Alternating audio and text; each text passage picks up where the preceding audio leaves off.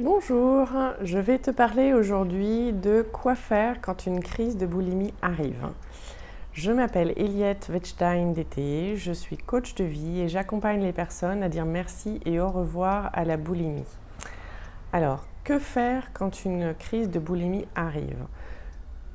Tu la sens arriver, c'est quelque chose que tu sens, c'est quelque chose qui monte, c'est quelque chose, une tension qui se crée dans ton corps, ça te prend tout le corps, ça te prend toute la tête.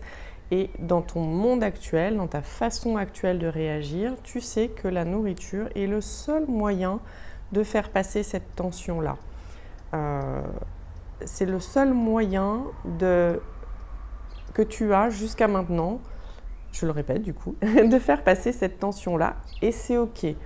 C'est OK parce que c'est le seul moyen que ton corps a trouvé pour survivre depuis le moment où tu as commencé. Donc ça peut faire depuis quelques mois, depuis quelques années, ça peut parfois faire des dizaines d'années que tu fais des crises boulimiques, anorexiques, hyperphagie, peu importe, vomitives ou non et compagnie, ou que tu alternes.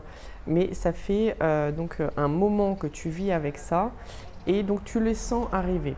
Donc moi, je te dirais que quand une crise arrive, fais la crise. En fait, ça n'a aucun intérêt de résister, de te forcer.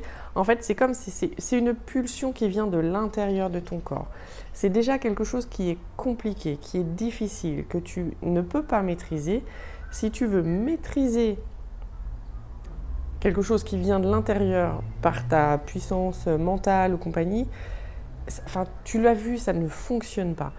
Moi, je dis à moi-même et à mes clientes, quand une crise de boulimie arrive, fais ta crise. Fais la crise, profites-en.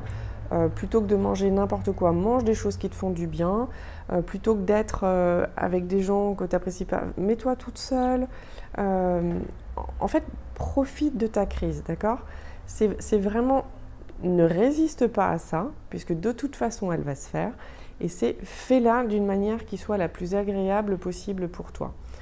Donc oui, quitte à les programmer, quitte à passer ce moment malgré tout délicieux à un moment donné, parce que quand les crises ne sont plus vraiment addictes à longueur de journée, mais que tu les programmes, c'est un moment qui est sympa, tout bête que ça puisse paraître. Donc en fait, profite de ta crise, fais-la, ne résiste pas. C'est absolument pas le moment de travailler sur toi quand tu es en période de crise. Le travail sur toi est à faire dans les moments où tu vas bien ou après ta crise, quand la tension est partie et que tu es à nouveau disponible.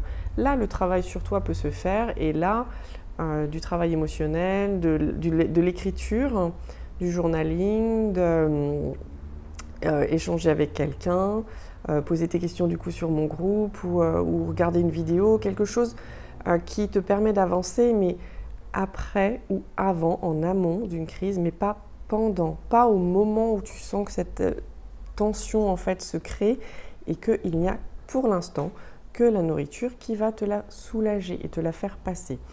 Donc, quoi faire quand une crise de boulimie arrive ? Organise-toi la crise la plus sympathique, la plus agréable possible pour toi. Voilà mon conseil du jour qui peut paraître complètement surréaliste pour certains ou complètement que vous n'avez jamais entendu ça. Honnêtement, quand vous lâchez l'affaire, quand vous vous fichez la paix, vraiment, vous vous fichez la paix et c'est OK de faire une crise, il y a déjà une tension intérieure qui s'enlève et qui permet de passer ensuite des étapes ou des caps dans la guérison de l'intérieur, mais pas au moment de la crise. Voilà, je vous dis à très bientôt. Si vous voulez me contacter en fait, ou si vous voulez prendre rendez-vous pour un rendez-vous découverte, il y a le lien Calendly en dessous. Je serai ravie d'échanger avec vous et voir quel accompagnement serait le plus adapté pour vous. Belle journée!